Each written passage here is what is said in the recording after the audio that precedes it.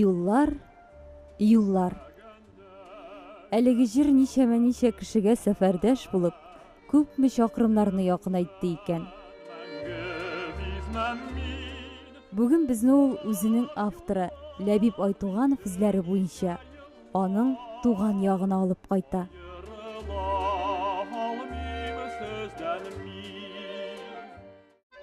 Нарат авылы. Әлбәттә, ул инде бераз үзгәргән. Монда хәзер яңа йортлар, яңа хуҗалыклар, аларда башка кешеләр яши. Шуңа карамастан, монда әле һаман да Ләбиб Айтугановның якты рухы саклана.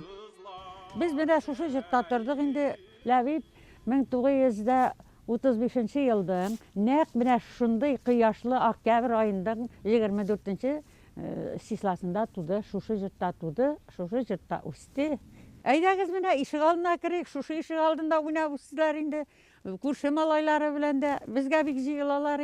Ләбибнең яшьлеге дә, безнең яшьлектә иң авыр сугыш елларына, сугыштан соңгы авыр елларга туры килде.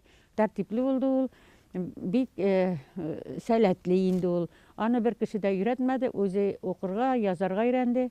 Аннан соң безнең ике абый да гармунчылар. Сугышта үлгәне гармунчыда җырчы, аның гармуны калган. Хәзер бу аптырата бит инде. Уйнайым ди. Шуннан бирдик инде. Теге абайның үлгән хәбәре дә килде инде. Шуннан утыра гармун уйный. Менә ул гармунның әле искене җибәсендә саклана да. Башының шәше генә күренә аның гармун артыннан. Шуннан үзегеннән өйрәнеп уйнады бит. Әнесенең тарыян гармунын да, кул язмаларын да Рибә апа кадерләп шушы кичкенә генә йортта саклый. Ә күңелендәге хатирәләренең иге-чиге юк. Ул кадерле кешесе турында сәгатьләр буе сөйләргә әзер. Әнә шул хатирәләр безне Көтмәс елгасы буена алып килде.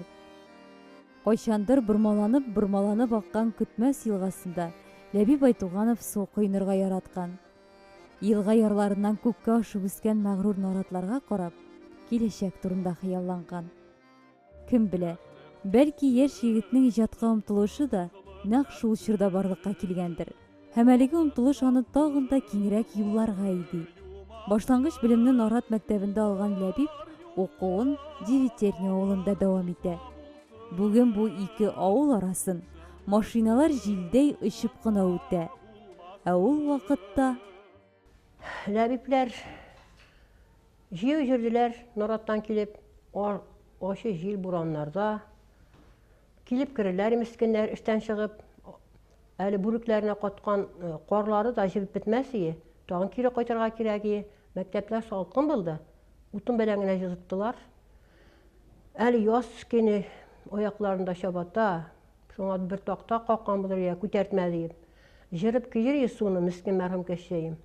Аягының чабатаны салыр да, уйык башын бурыр. Лышкылтаган су аягы кып-кызыл булыр. Шул уйык башны кире киеп, тагын менә язгы су ташуында Кутабан Наратка кайтып китәргә кирәк.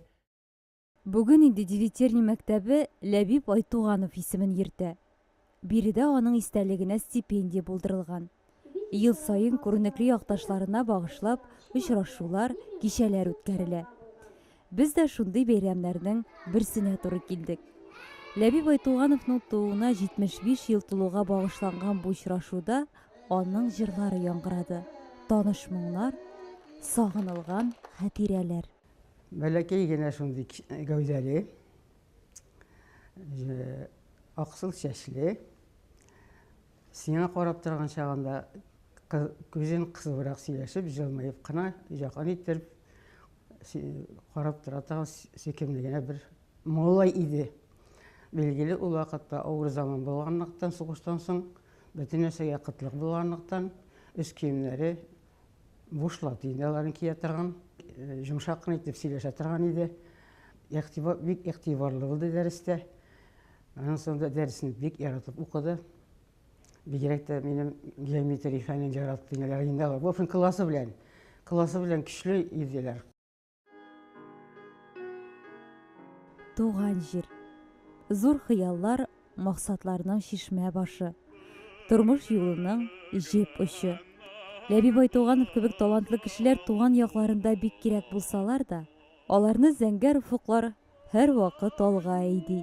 Киләчәктә әле героебызның Минзәлә һәм Казан юлларына чыгасы, бу шәһәрләрне яулыйсы бар.